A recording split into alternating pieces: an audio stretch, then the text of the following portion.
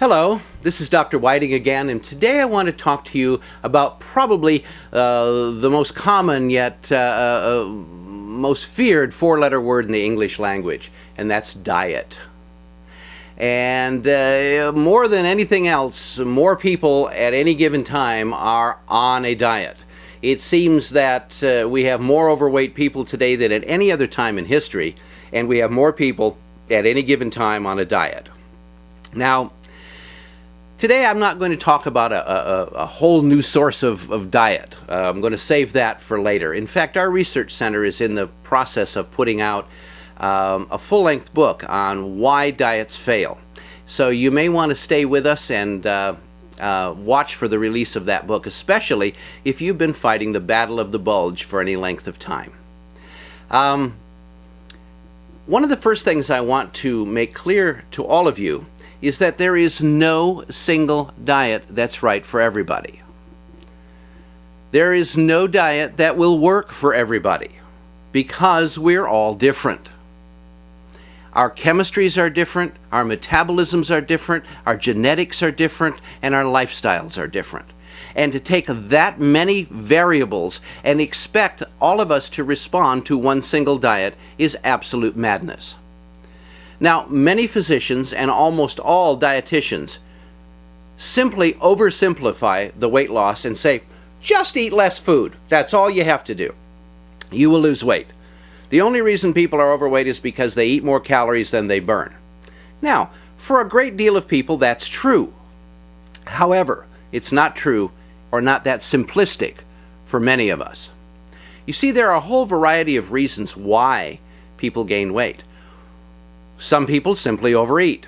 For those individuals, cutting back on the amount of food they intake will be helpful. For others, it's not the amount of food, but the type of food that is of concern. Many of us have a condition called hyperinsulinemia, or excess insulin production. And insulin is responsible. Its primary function is to convert blood sugar into body fat. Fat that is energy to be used later on. The more insulin your body produces, the more glucose or sugar can and will be converted to body fat. So if you are what we call a carbohydrate intolerant individual, in other words, you do not tolerate the ingestion of higher amounts of carbohydrate or sugar-forming foods, well, then your obesity problem could easily be linked to excess insulin production. Going on a low-calorie diet, if this is your chemical problem, will be effective only in the very short term, maybe for the first 2 to 4 weeks, and then you will plateau and your weight loss will stop. The reason for that is that the majority of low-calorie diets are very high in carbohydrates or sugar-forming foods. And once these foods begin to be ingested at higher and higher amounts, the body gears up its production of insulin. And that insulin is going to convert that blood sugar into triglycerides and store it in your fat cells. So the first thing that we need to do when we talk about diet is to determine what type of diet is best for you. Are you a calorie person? Are you a carbohydrate person? Are you a severe carbohydrate intolerant? Are you hypoglycemic? Are you diabetic? Do you suffer from PCOS or polycystic ovarian syndrome? We need to understand and be able to look at that. At our research center, we can, in fact, through very simple nutrient evaluations, identify the body type that best suits you. Once we do that, we can then put you on a diet program that is going to work more in conjunction with your body chemistry rather than against it. Now, there are some other factors, of which we don't have time to go into all of them today, that can prevent weight loss or even cause weight gain. In fact, we have identified over 10 of them. They will be published later this year or early next year in our new work. I want to touch on some of them. Of course, the biggest reason why diets fail is non-compliance. We cheat. And there'll be an entire chapter devoted to why we cheat, because I think when people understand why they sabotage their health, their appearance, and their longevity, for a momentary kiss on the lips of some sweet treat or some high-fat, high-calorie food. I think when we understand why people do that, it's easier to control that. But some of the other factors that we need to consider in weight loss or in the prevention of weight loss would be stress.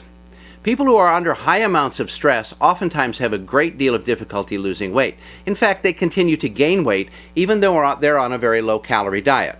This is because when you are under excess stress, the adrenal glands, which sit just above your kidneys in your lower back, produce excess amounts of a hormone called cortisol.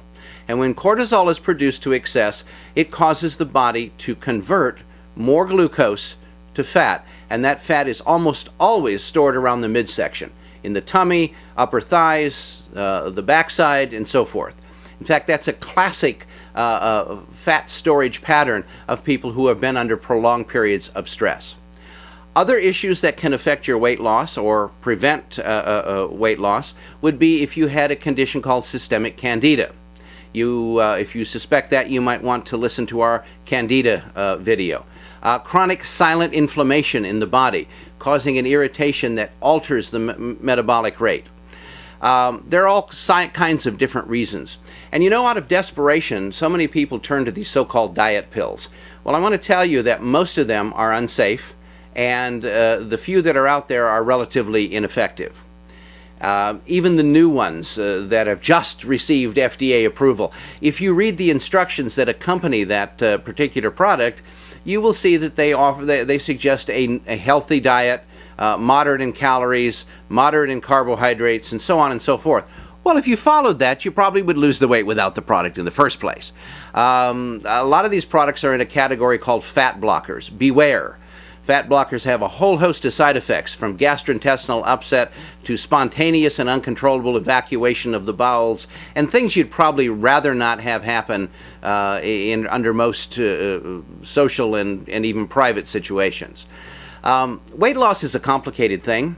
We are aggressively pursuing research on weight loss at our research center, and more information will come to light as we go along.